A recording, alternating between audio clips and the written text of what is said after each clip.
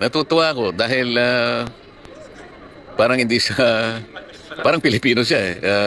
Nakita niya yung kawalang katarungan, yung arbitrariness ng pagkaka-abduct ng Pangulo.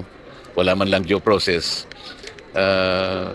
Masigit pa siya sa ibang Pilipino sa atin na nakakaalam ng katwiran at kahalagahan ng hustisya na dapat ay hindi naman ganun ang ginawang pagtrato sa isang Pilipino, lalong-lalo na nga sa naging Pangulo pa ng ating bansa. I really feel that former President Duterte is very much loved by their own people, and as a leader of the country, what he is doing, he has been done, is really right things to protect their nation, protect the people of the nation.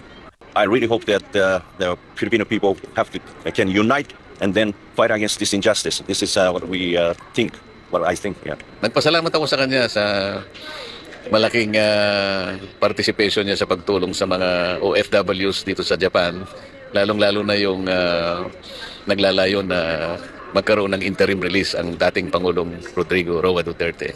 We want Mr. Duterte to get the medical care in Japan, which is safe earlier.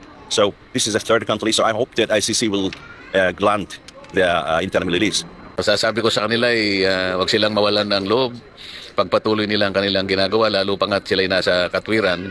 At yan naman ang dapat nating maihayag sa lahat ng nakararami at lalo pa sanang tumami ang mga efforts ng mga OFW dito sa Japan.